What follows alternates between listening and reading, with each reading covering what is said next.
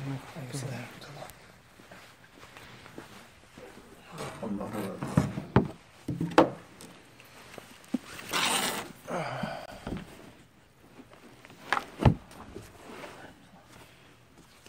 الله الرحمن الرحيم الحمد لله رب العالمين وصلى الله وسلم وبارك على نبينا محمد وعلى آله وأصحابه أجمعين أما بعد.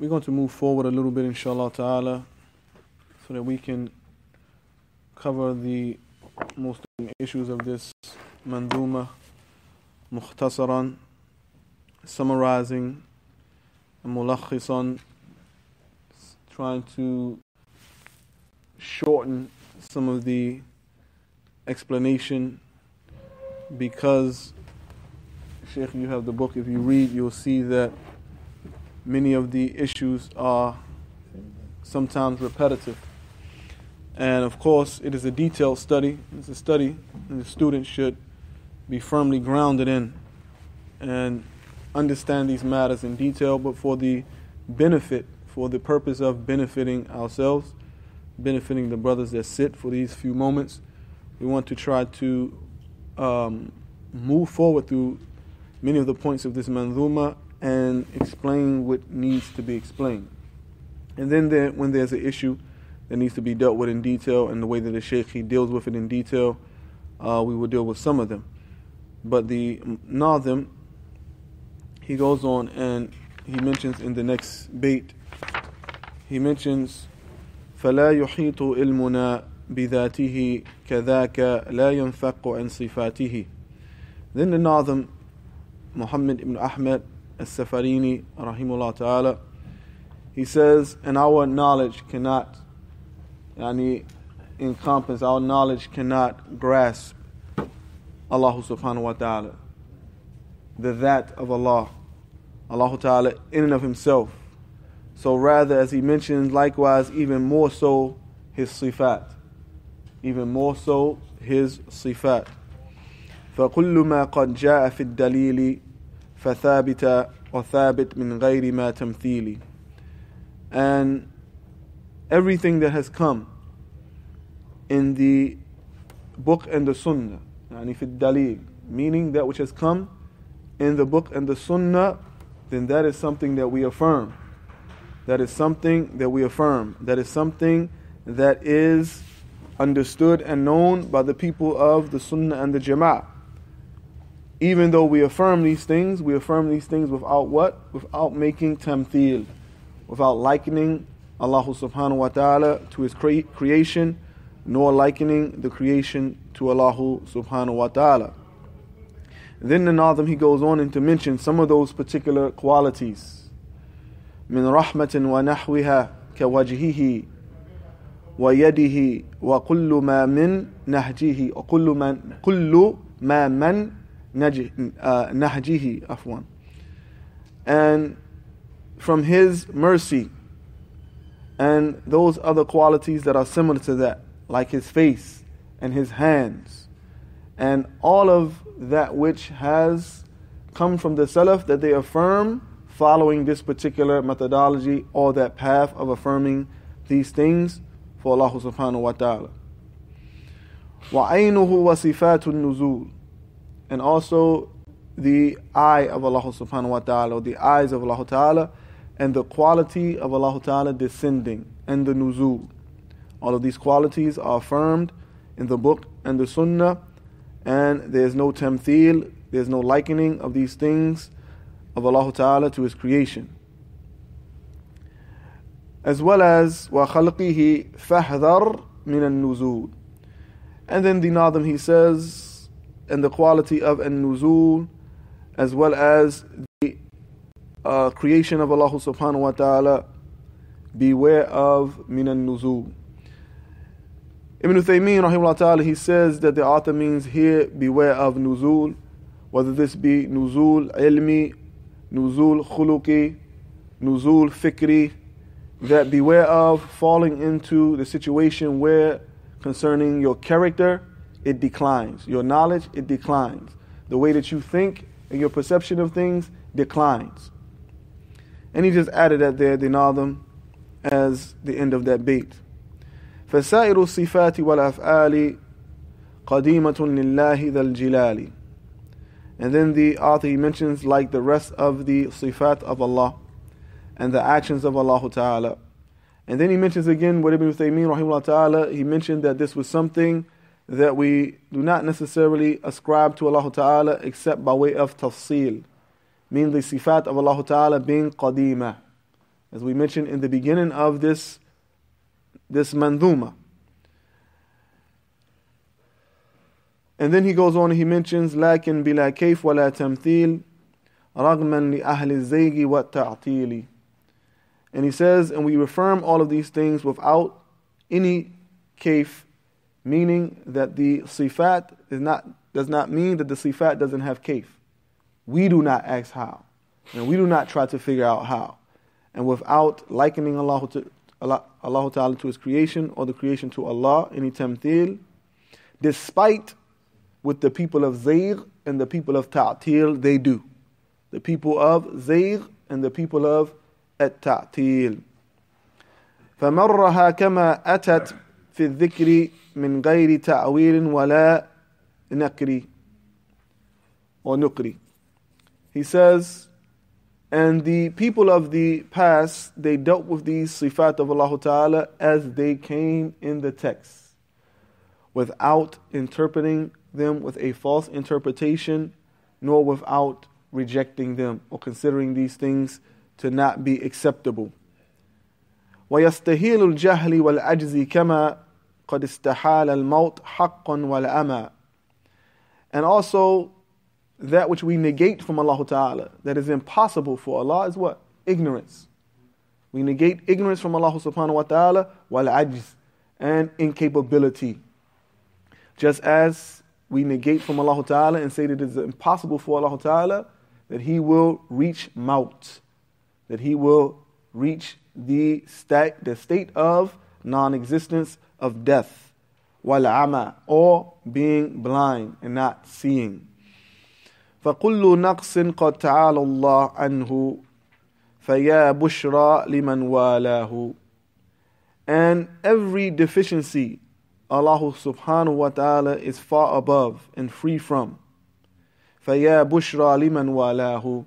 And then the Nadam, he says, and indeed there's glad tidings for the one who becomes from amongst those who are the awliya of Allah Subhanahu wa Ta'ala.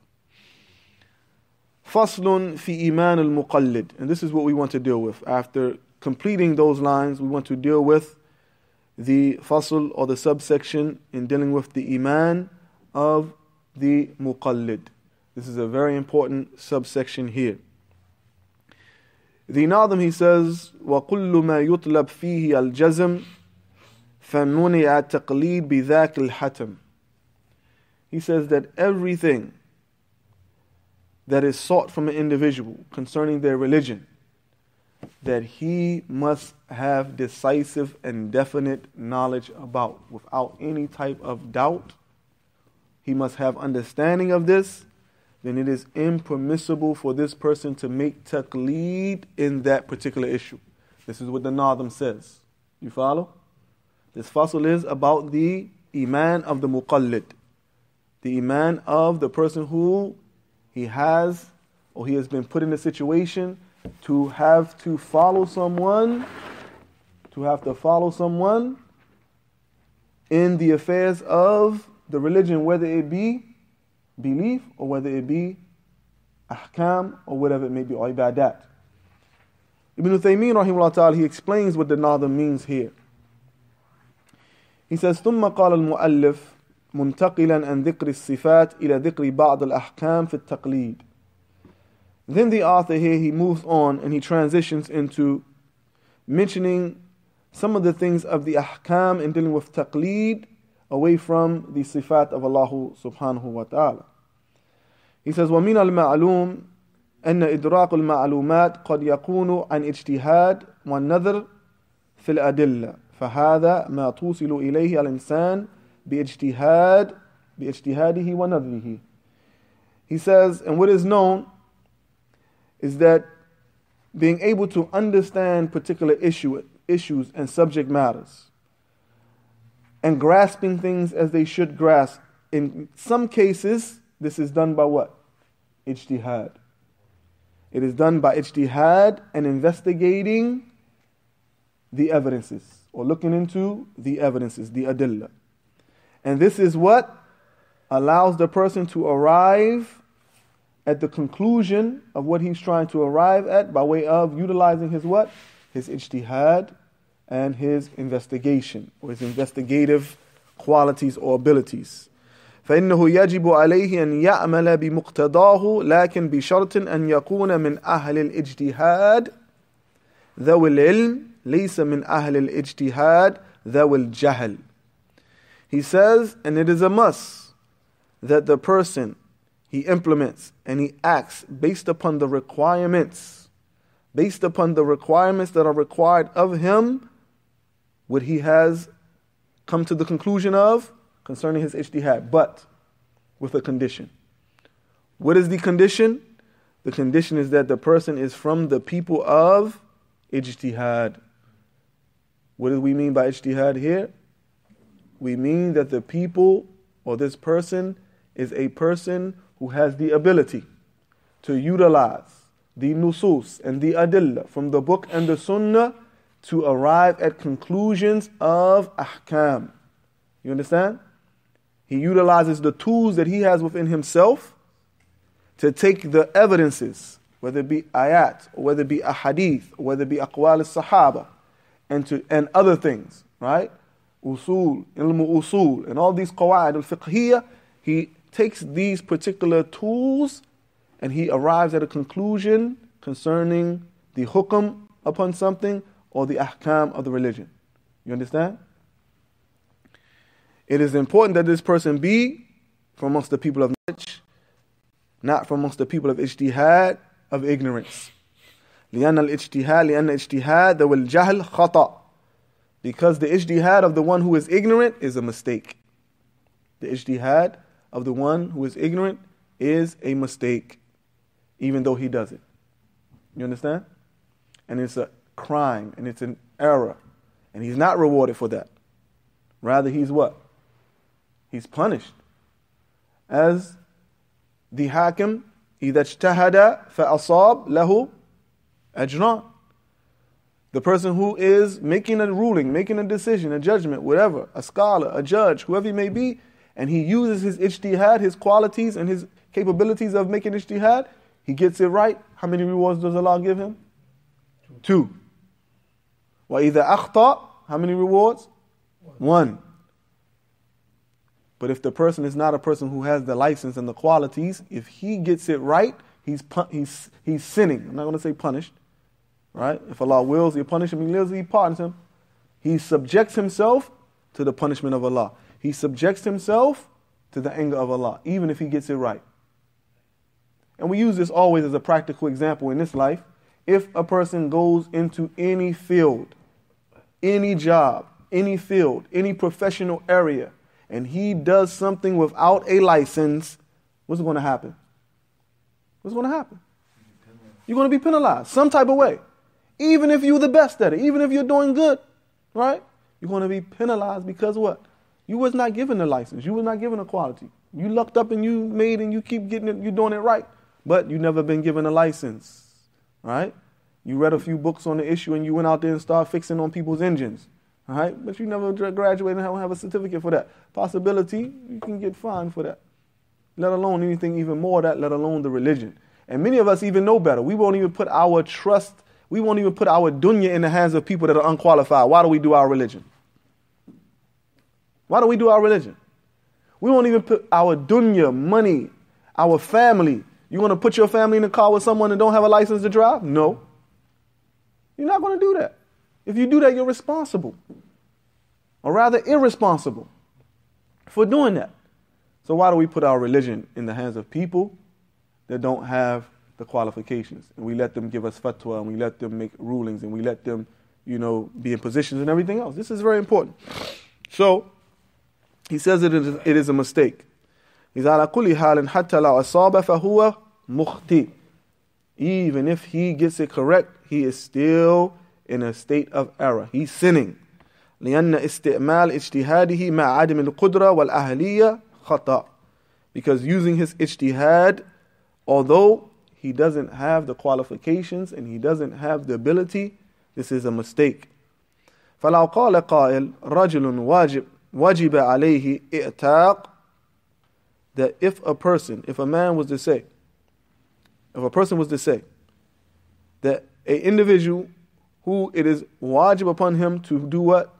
To make the emancipation, to free of what? A slave. Right? To free a slave. فقال شخص اذهب إلى السجن وإذهب إلى السجناء وأخرج واحد محبوسا بدينه ولو كان دينه 10 ريالات. He says, an individual says to him, go to the people who are incarcerated and one who has a debt that he owes, this is why he's incarcerated, and pay his debt for him, even if it is 10 riyals, pay his debt for him and get him out of there. Pay his debt and get him out of there. فتعتق رقبة قال لأنك فككته من الأسر والحبس. So he says, and the person says to him, then if you do this, you have freed a slave. You have freed a slave. You have freed this individual from bondage. والفقهاء يقولون إنه يجوز صرف الزكاة والفكاك الأسير ولكن هذا الاجتهاد لا شك أنه في غير محله. He says, but the fuqaha, even though they say it's permissible to take money for zakat, charity money, and utilize it to free someone that is a prisoner or a slave or whatever it may be, a prisoner. Someone is taken captive amongst the Muslims, then we can take the zakat money and free them. The fuqaha say it's permissible. He said, but using the ijtihad in this case and try to compare that to this and tell a person to go and pay the debt of a person that's in prison and you have freed a slave from that particular thing that was on your neck that you had to do for whatever thing you committed, said, no, this is incorrect ijtihad. This is an incorrect ijtihad. He says, and another person may say, or give fatwa, that go and save a person, min al-gharq, save a person that is drowning. And he asked him, did you save the person? قال نعم. I went and saved the person. I helped the person that was drowning. I found the person. I saved him. قال هل عليك رقبة كفارة في قتل أو ظهار أو جماع في نهار رمضان؟ فقال اذهب فك الله أسرق. He says that the person would say to him, did you have any kafara that you had to free a slave for? Like, for example, killing or dhihar or jima in the daytime of Ramadan. All of these things that the kafara, one of the kafarat of this is to do what? Free a slave. He says, go. Allah subhanahu wa ta'ala has go do this. Allah ta'ala has relieved you from that by what? By your saving of this person who was drowning. Saving this person who was drowning. وهذا الاجتهاد لا يقبل ولا يعتبر اجتهاد لكن المجتهد الذي فيه أهلية الاجتهاد عنده علم.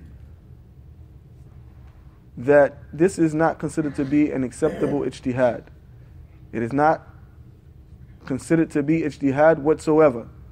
The mujtahid who has the ability to make ijtihad is the one who has knowledge, is the one that has knowledge, and the one who he looks and he investigates, and he is the one fi kalamillahi ahl al-ilm, he is the one whom with regards to Allah subhanahu wa ta'ala has mentioned, that the people of knowledge has mentioned that he is from the people of ijtihad.